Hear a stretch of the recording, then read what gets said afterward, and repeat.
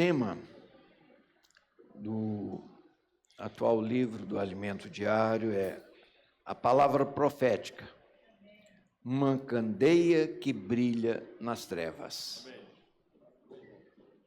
E o tema dessa semana é: não estranheis o fogo que surge no meio de vós. Irmãos, eu fiquei imaginando a vida de Jó. Jó, ele era um homem justo e reto.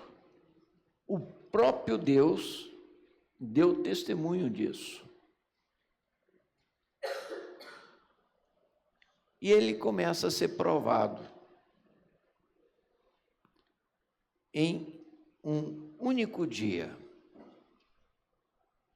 Ele perdeu todos os filhos.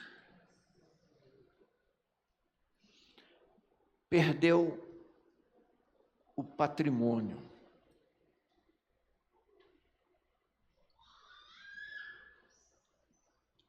E, por fim, ele perdeu a saúde.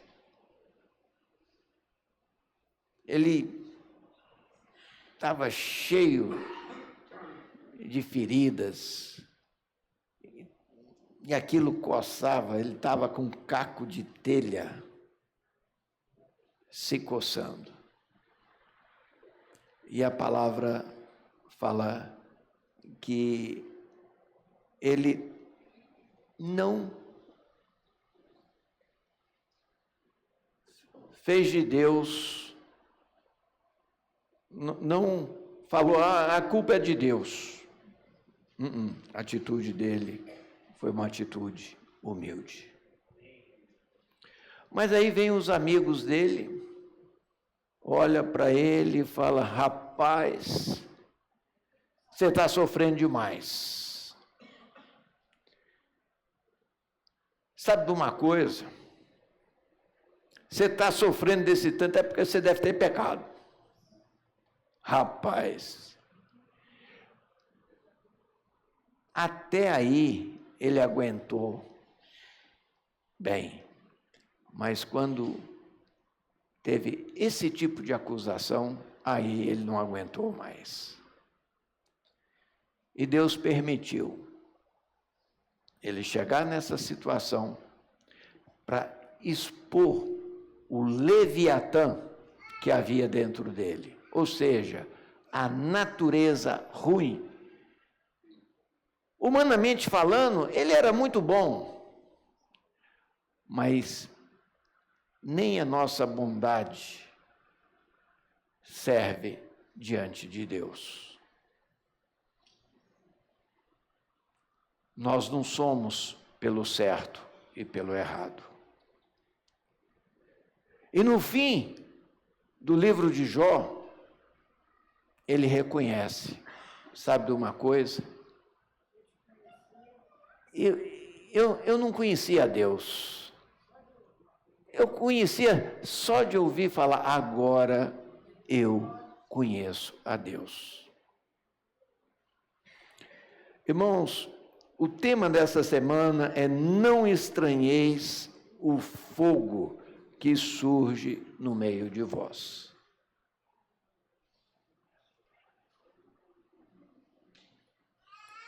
Já ouviram a expressão, fulano é um filhinho de papai? O que ele é? Ele é alguém que não sabe passar por dificuldades. Ele recebeu tudo de mão beijada. Ele não conhece as dificuldades e nem conhece limites. É um filhinho de papai. Nós não somos filhinhos de papai. A palavra nos adverte que nós vamos passar por tribulações. Vamos começar. Abramos em 1 Pedro. Nós estamos estudando as cartas de Pedro. 1 Pedro.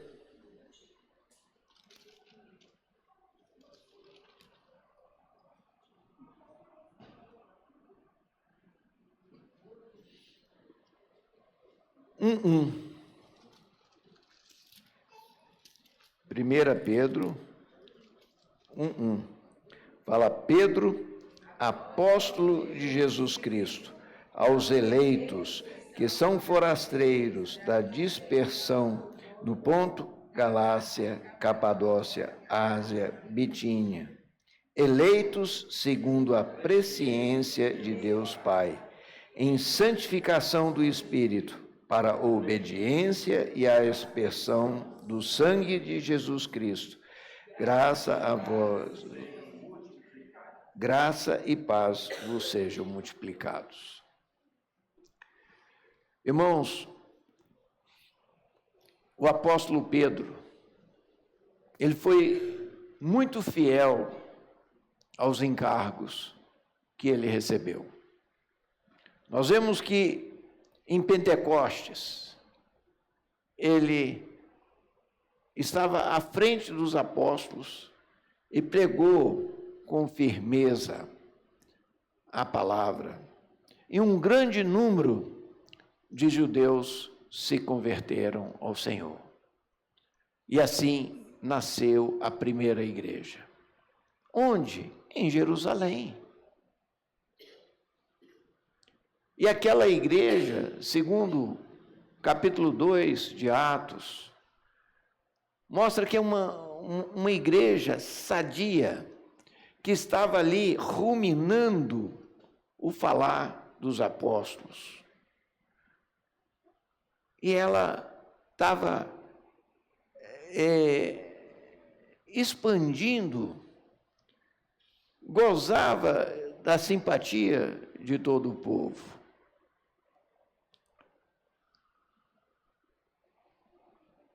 Ele, embora ele tenha relutado um pouco quando Deus fala para ele comer comidas impuras, numa visão que ele teve, ele falou: não, Deus, isso aí não, eu sou judeu, nasci judeu, eu não vou comer nada impuro. Deus falou: rapaz, sou eu que estou mandando, pega, mata e come. Deus precisou falar 3 vezes para ele. Aí ele caiu na real. Ele abriu as portas do Evangelho para nós, os gentios. Pedro, ele tinha a sua formação, mas mediante o falar de Deus, quando ele entendia a visão, quando ele entendeu a visão, ele obedeceu. E nós vemos que logo após o martírio de Estevão, a igreja em Jerusalém, ela teve que fugir. Aqueles primeiros irmãos fugiram da perseguição que houve ali. E depois mais pessoas vieram a se converter, mas essa segunda leva eles se apegaram à lei. Quando nós vemos a reunião de Paulo no capítulo 15 de Atos dos Apóstolos, nós vemos que Pedro já não é mais mencionado em primeiro lugar, mas é Tiago, meio-irmão do Senhor Jesus, que havia se tornado o líder em Jerusalém. E não é mais a palavra de Pedro que concluiu a reunião. Ou seja, ali nós vemos os presbíteros de Jerusalém como que assumindo a liderança. E quando nós chegamos em Atos 21, não vemos mais nem menção a apóstolos.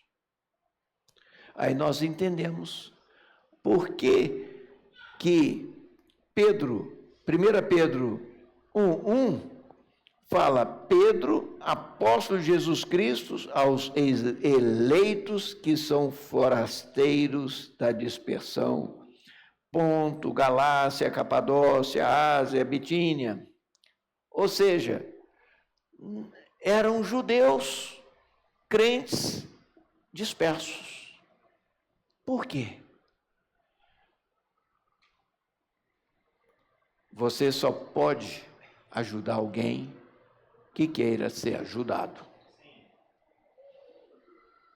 Infelizmente, a igreja em Jerusalém, já naquela fase, já não estava mais atento ao falar dos apóstolos.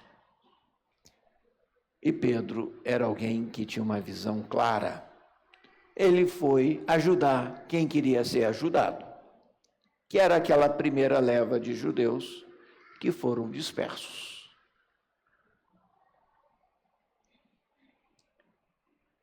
E ele procura nos ajudar a perceber o trabalhar do Senhor. Não estranheis o fogo que surge no meio de vós. Nós, muitas vezes, ouvimos: creia no Senhor Jesus e serão resolvidos todos os teus problemas. Não é bem assim não, irmãos. Essa promessa não está na Bíblia. Sim. Buscai em primeiro lugar o reino de Deus e a sua justiça, e todas as coisas serão acrescentadas, até as provações. Como eu sou grato a Deus pelas varadas que eu recebi na minha infância do meu pai e da minha mãe. Me deram direção. Hoje o mundo tenta inculcar que você não pode dar umas varadinhas, não pode... Não, irmãos, antes importa obedecer a Deus do que aos homens. A palavra fala: quem ama não poupa a vara.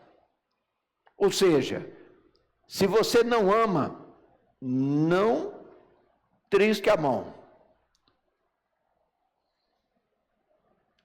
Para disciplinar uma criança, você precisa amá-la. Porque se você amar, você não vai exceder a necessidade que ela tem, às vezes, de uma disciplina. Senhor Jesus, as provações 1 Pedro 1,6, e que fala: embora no presente, por breve tempo, se necessário, sejais contristados por várias provações. É se necessário. Cada caso é um caso. Mas nós precisamos saber que, se necessário, Deus vai agir.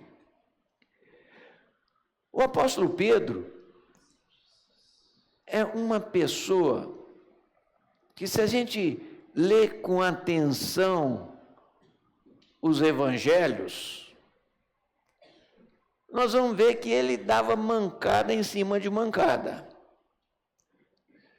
Porque ele não era daquela pessoa de ficar calado, né? Ele era ativo. Na mesma hora que o Senhor chegou, falou: bem-aventurado és tu, Pedro, né? Porque não foi seu pai, o Jonas, que te revelou isso, mas foi o próprio Deus. Logo em seguida, o que o Senhor falou? Arreda, Satanás, você não está cogitando as coisas de Deus. E ele não perguntava muitas vezes ao Senhor, falou: o seu mestre paga imposto? Paga. Aí o Senhor chegou e falou: Pedro, vem cá. Quem é que paga imposto? É os filhos do rei ou o povo? É o povo, é. Pois, eu sou filho do rei. Aí, Pedro vai, e agora? Os irmãos já viram quantas justificativas Pedro deu na Bíblia? Assim, nenhuma. Pedro nunca se justificava. Ele podia errar, mas ele se humilhava. Ele podia até chorar, mas ele nunca se justificava. Não, eu estou certo. Ele se humilhava diante do Senhor. E por isso ele pôde ser tão usado. Senhor Jesus, depois de muitas mancadas, Pedro aprendeu a não confiar na sua própria força. Irmãos, nós precisamos saber: maldito o valente que confia em Adão. Nós não podemos confiar em nós mesmos. Porque, embora, quando eu criei que Jesus morreu e ressuscitou, eu fui feito filho de Deus, então, hoje, eu tenho a natureza divina dentro de mim, mas enquanto nós estivermos nesse corpo, nós ainda temos a natureza de Adão. E ela não é confiável. Mas existe uma maneira de nós vencermos a natureza de Adão. É nós nos sujeitarmos à palavra do Senhor. O Senhor, Ele nos fortalece através da sua palavra. Ele nos capacita através da sua palavra. Por isso, nós temos que dar ênfase a mergulhar nessa palavra, imergir nessa palavra, porque ela é que vai nos fazer vencedores. Senhor Jesus, Vamos abrir Hebreus. Hebreus, capítulo 12.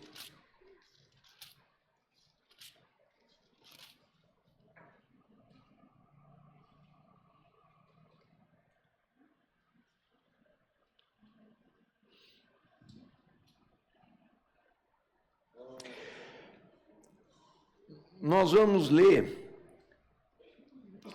6b, 5b, a metade do 5 para cima, onde faz a referência a lá, Números 16. Fala: filho meu, não menospreze a correção que vem do Senhor, nem desmaieis quando por ele é reprovado, porque o Senhor corrige a quem ama e açoita a todo filho a quem recebe. Vamos repetir esses 6? Porque o Senhor corrige a quem ama e açoita a todo filho a que recebe. Senhor Jesus, nós somos filhos de Deus e nós temos um Pai que Ele quer nos conduzir a nos tornarmos não apenas filho, mas herdeiro. Eu já falei, a própria lei brasileira exige que a pessoa tenha 18 anos para se tornar herdeiro, ou que seja emancipado. Então, por mais que o pai ame uma criança, essa criança não pode herdar. Ela precisa de tutores. Agora, para nós nos tornarmos herdeiros, qual é a natureza que precisa crescer em nós? A natureza humana? A força humana? Não. É o que o Senhor falou para Nicodemos. Quem nasce da carne é carne. Quem nasce, do Espírito, é Espírito. Então, nós, para crescermos, precisamos aprender a exercitar o nosso espírito.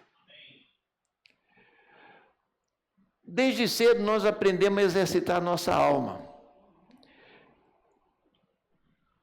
Mas nós precisamos aprender a exercitar o espírito. Senhor Jesus. E aí nós precisamos aprender a obediência ao Senhor. E vamos voltar para 1 Pedro.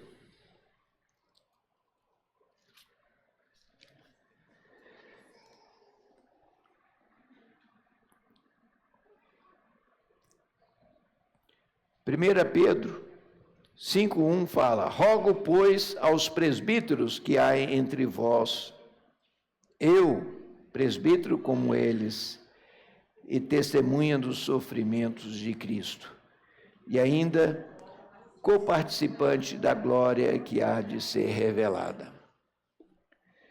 Irmãos, presbítero é a mesma palavra para ancião. Ou seja, é alguém crescido. Nós vemos nas cartas de Paulo que quando ele pregava numa cidade e levantava-se uma igreja, ele depois constituía presbítero, ou seja, era alguém mais crescido naquela cidade, capaz de exercer ali a liderança da igreja. Ancião, no hebraico, é barbudo. É uma pessoa que ela já é mais velha.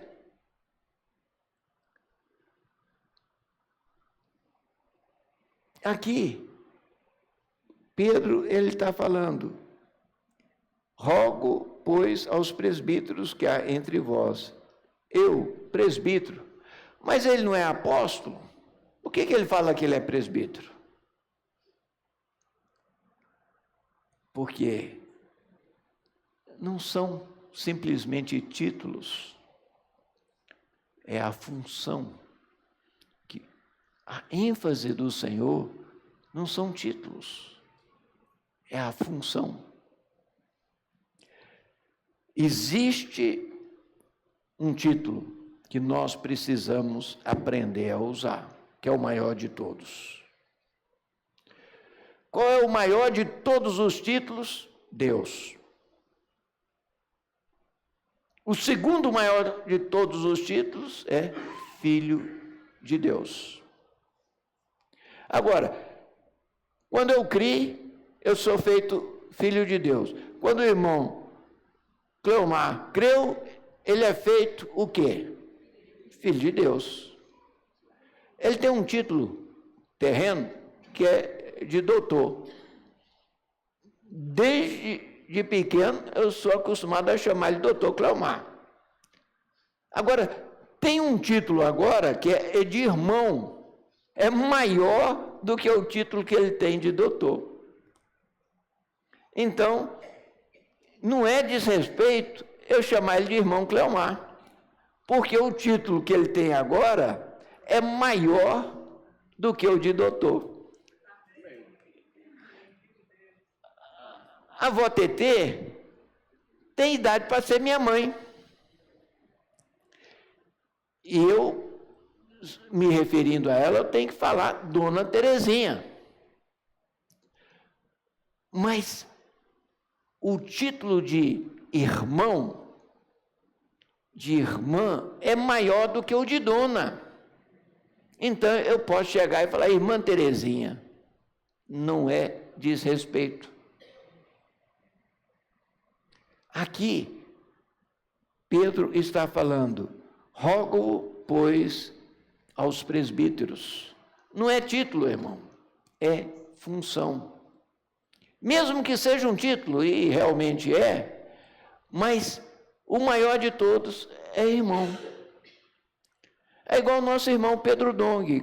Qual é a função dele entre nós? De enviado, de apóstolo. Mas nós não chamamos ele de apóstolo Pedro. Apóstolo Pedro Dong. Não, é irmão Pedro. Por quê? O título de irmão é maior. Aqui fala, ele falando aos presbíteros, versículo 2, pastoreai o rebanho de Deus que há entre vós.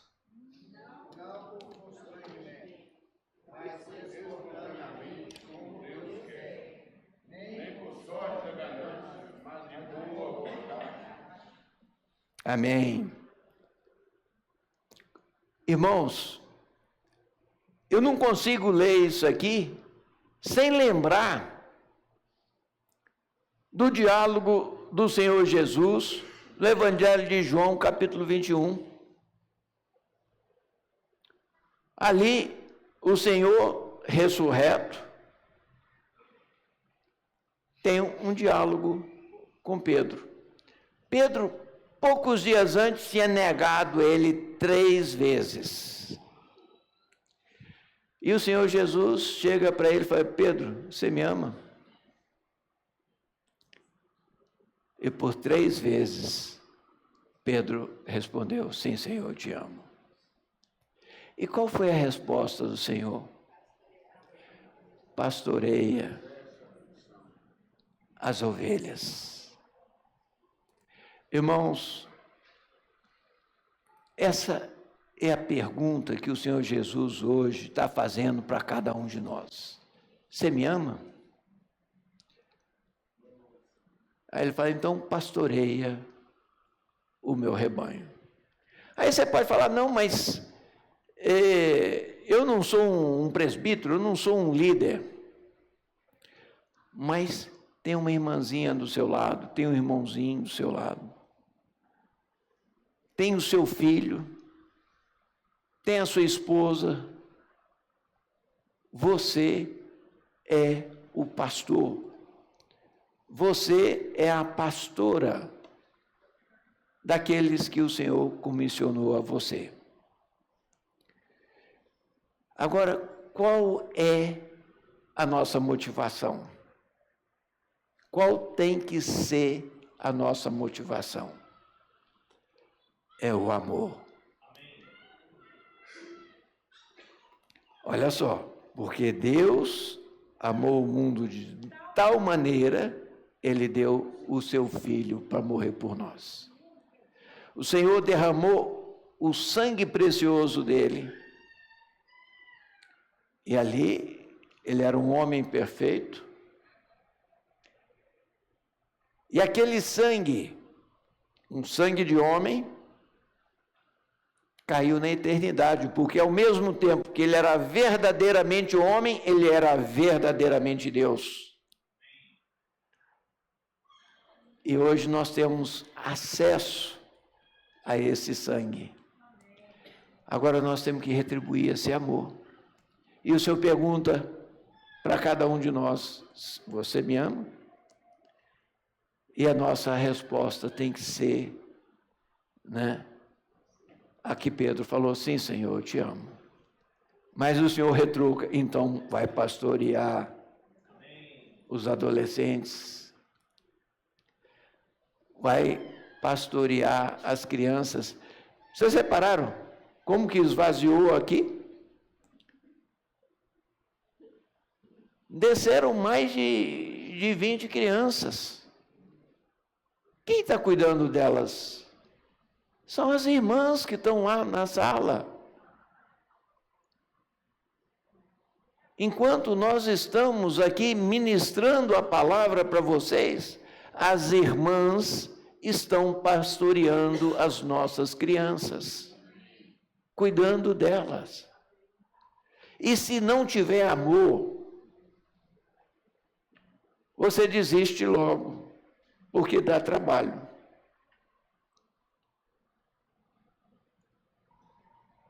Senhor Jesus.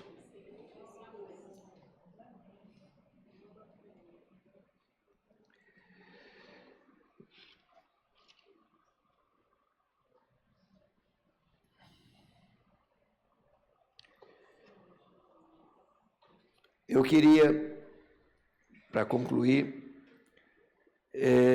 que nós abríssemos 1 Pedro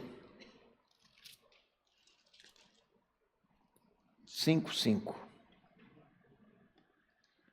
Rogo igualmente aos jovens, sede submissos aos que são mais velhos, outrossim no trato de uns com os outros, cingivos de humildade, porque Deus resiste aos soberbos, contudo aos humildes concede a sua graça. Deus resiste aos soberbos, mas o quê?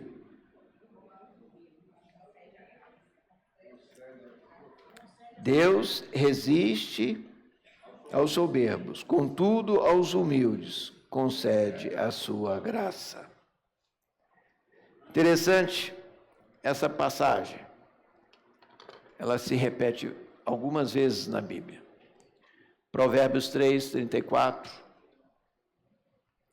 Aqui em 1 Pedro 5:5. Em Tiago 4:10. Por quê? Irmãos, toda vez que uma palavra ela se repete várias vezes, é porque ela é muito importante.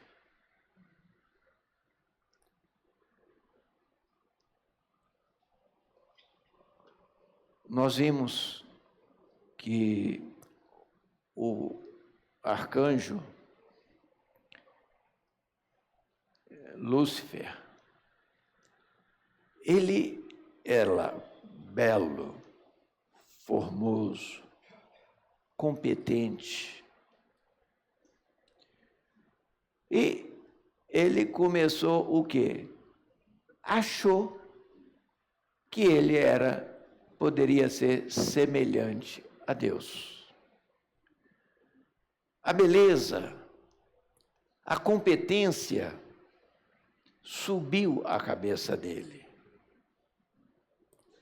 Agora, nós vemos na pessoa do Senhor Jesus exatamente o contrário.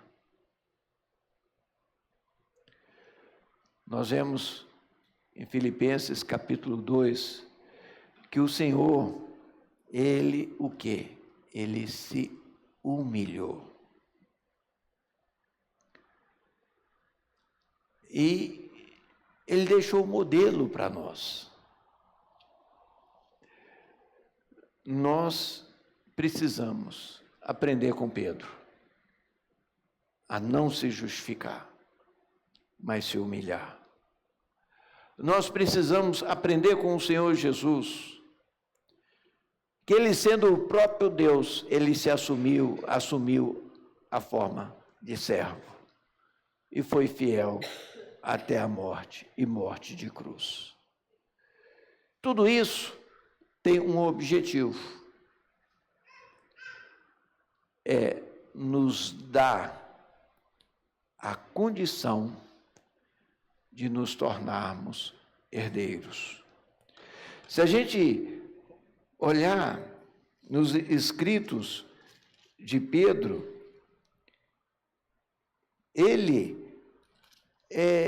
tem essa preocupação que nós possamos nos tornar herdeiros também. Receber a coroa da glória. O que é receber uma coroa? Receber a autoridade. Quem recebe coroa é rei. E nós almejamos ser co-reis com Cristo. Mas nós só poderemos vir a ser co-reis se nós seguirmos o mesmo caminho dele. Porque, de outra forma, nós não vamos nos tornarmos reis. Porque é a vida de Deus que precisa crescer em nós. Amém? Espero que eu tenha ajudado os irmãos. Vamos levantar, vamos procurar formar grupos de 4, 5 pessoas e ruminar um pouco mais essa palavra, para que ela possa infundir em nós.